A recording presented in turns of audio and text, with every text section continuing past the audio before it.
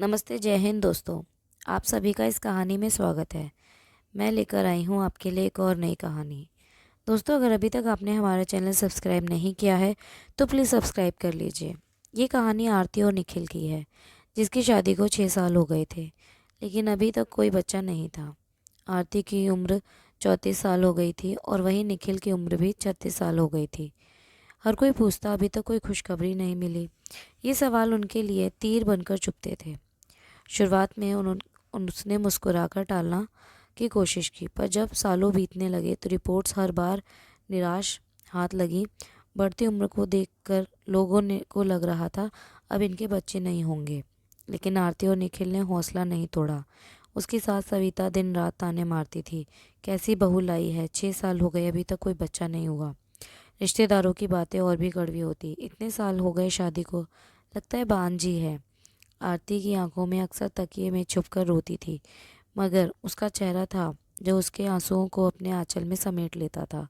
निखिल उसका पति। निखिल एक सीधा साधा, संवेदनशील और बेहद प्यार करने वाला इंसान था। उसने कभी आरती को ताने की आड़ में नहीं देखा। उल्टा जब भी कोई उसे कुछ कहता, निखिल वहीं खड़ा हो जाता। आरती मेरी पत्नी है, मेरी इज्जत है, और अगर माँ बनना किस्मत में होता तो मैं अपनी किस्मत से भी लड़ जाऊंगा इसके लिए। निखिल ने आरती के साथ शहर के हर अच्छे डॉक्टर का दरवाज़ा खटखटाया, लाखों रुपए खर्च किए, कई इलाज, कई बार आईवीएफ की कोशिशें, लेकिन हर बार नाकामी। आरती टूट चुकी थी।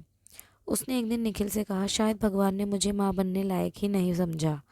तुम चाहो तो निखिल के बीच में ही उसका हाथ पकड़ लिया बस। अब एक शब्द और मत कहना। मैं तुम्हारे बिना कुछ नहीं हूँ आरती। हमारे पास प्यार है, वही सबसे बड़ी दौलत है। 6 साल बीत चुके थे। एक दिन निखिल को नया क्लिनिक मिला, जहाँ इनफर्टिलिटी के विशेष इलाज होते थे।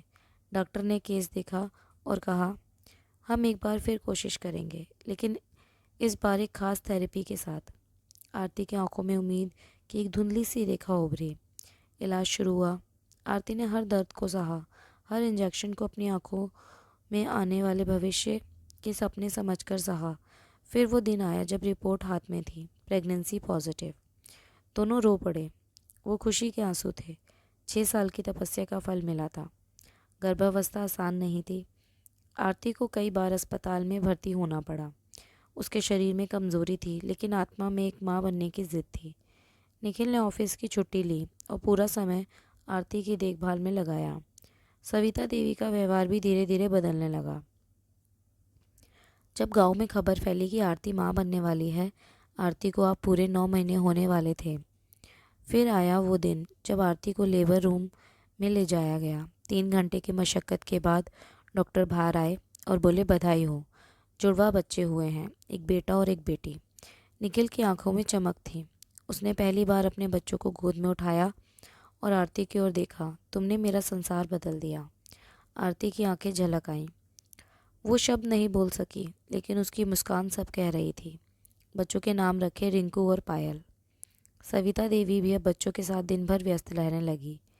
जो सास कभी ताने देती थी, वही अब सबके सामने कहती, मेरी बहू तो लक्ष्मी है, दो दो रतन दिए हैं हमें।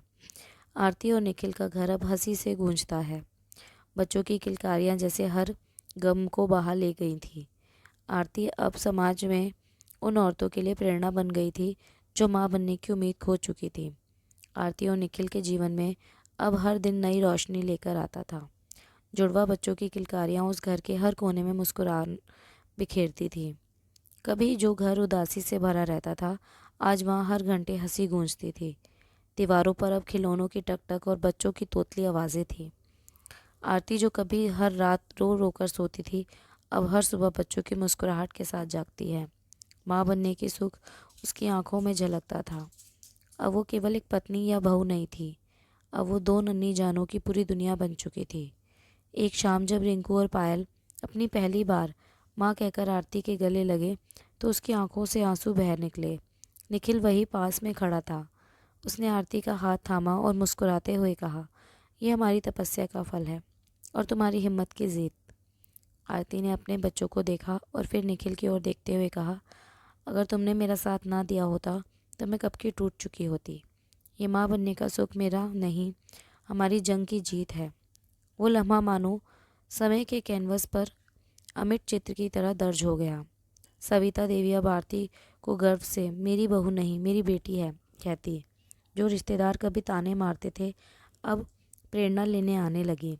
एक बार गांव के एक कार्यक्रम में आरती को महिला सशक्तिकरण के लिए सम्मानित किया गया। मंच से उसने जो कहा वो आज भी सबको याद है। माँ बनना एक सौभाग्य है, लेकिन औरत की पहचान केवल उसकी कोख से नहीं होती। अगर प्यार और भरोसे से जिया जाए तो इंतज़ार भी वरदान बन जाता है।